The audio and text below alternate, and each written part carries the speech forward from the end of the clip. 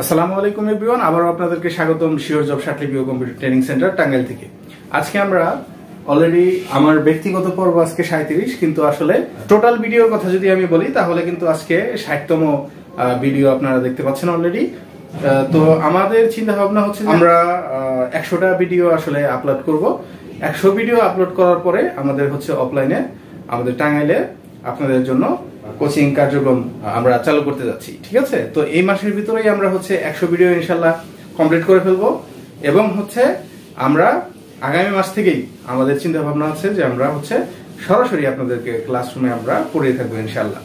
আমাদের প্রশ্নে চলে যাই, চলুন দেখি আমাদের প্রশ্নে কি আছে। যে এখানে বলা আছে যে একই হার মুনাফায় কোন মূলধনের 1 বছরান্তে চক্রবৃদ্ধি মূলধন 6500 টাকা এবং 2 বছরান্তে চক্রবৃদ্ধি মূলধন 6760 টাকা, মূলধনটা কত?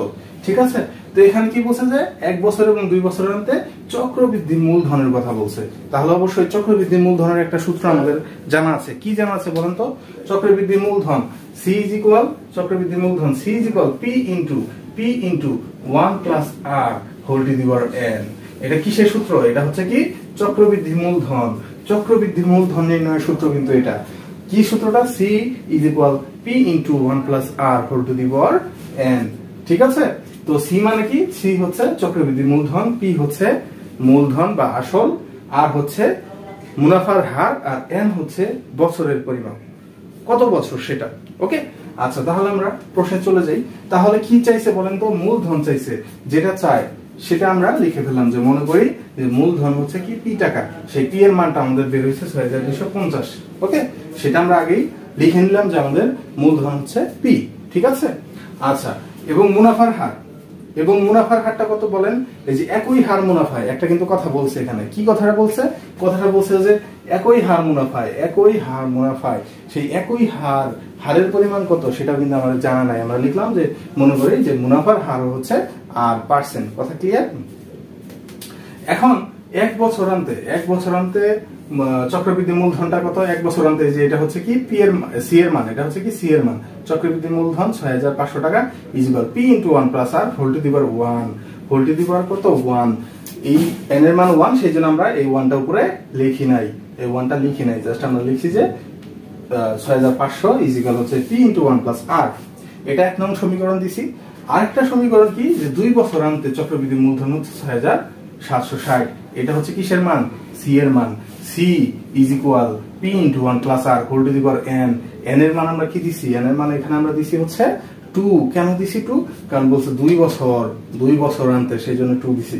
এই যে দুইটা ইকুয়েশন আমরা দাঁড় করেছি বা দুইটা সমীকরণ আমরা লিখলাম। এখন এই দুইটা সমীকরণের সমাধান করতে হবে। তো এই ধরনের যখন সমীকরণ আসবে আমরা কি করব? আমরা সাধারণত কি করব? একটা সমীকরণকে আরেকটা সমীকরণ দ্বারা ভাগ করে দেব। কি করে দেব? ভাগ করে দেব।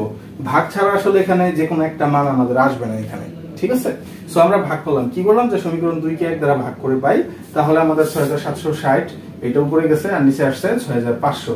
উপরে গেছে হচ্ছে P into 1 plus R whole to the power 2 আর নিচে আসছে P into 1 plus R। এবার আমাদের কাটাকাটি পালা। দেখেন P কাটা আর 1 plus R, আর এখানকার 1 plus R কাটাকাটি গেলে একটা 1 plus R থাকে। কি থাকে? একটা 1 plus R থাকে। সেই একটা 1 plus R ইজ ইকুয়াল হচ্ছে কত? এখানে 6760 এবং 6550 কে কাটাকাটি করলে উপরে 26 নিচে 25 আসে। তো উপরে 26 নিচে 25।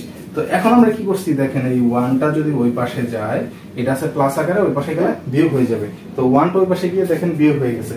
26 ডিভাইডেড 25 মাইনাস 1। এরপরে হয়েছে লসাগু। এখানে নিশ্চিতভাবে 25 লসাগু। উপরে কি হবে দেখেন? উপরে 26 মাইনাস 25 হবে। লসাগুটা আশা করি আপনি বুঝছেন, না বুঝলে কমেন্টস করেন, আমরা ইনশাল্লাহ পরবর্তী কোনো ভিডিওতে দেখিয়ে দেব। অলরেডি লসাগু নিয়ে অনেকগুলো ক্লাস করা হয়েছে। তো এখানে দেখেন 26 থেকে 25 গেলে 1 থাকে, নিচে 25, অর্থাৎ R এর মানটা আসে হচ্ছে 1/25 মানে 1/25। এখন এই R এর মানটা যদি আমরা যে কোনো একটা সমীকরণে বসাই, সমীকরণ 1 অথবা 2 এ যে কোনো একটা জায়গায় যদি R এর মানটা বসাই, তাহলে কিন্তু P এর মানটা বের হয়ে যায়, যেটা আমাদের প্রশ্নে চাইছে। তো আমরা কি বললাম যে এখন সমীকরণ 1 এ R এর মানটা বসাইছি। R এর মান কত? 1/25। তো এখানে আসছে হচ্ছে আমাদের 6500 ইজ ইকুয়াল P থাকলো 1 1ই থাকলো, আর R এর মানটা আসলো এখানে 1/25। এরপরে আমরা কি করছি, আবারও একটা লসাগু করছি। কোনটুকু? এইটুকুর একটা লসাগু করছি, নিচে 25। তাহলে আমাদের উপরে থাকে কত?